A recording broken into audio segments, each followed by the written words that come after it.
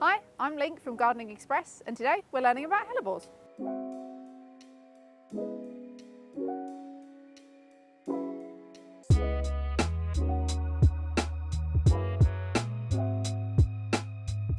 Originating in Europe and Asia, hellebores are a classic winter perennial and are also part of the buttercup family.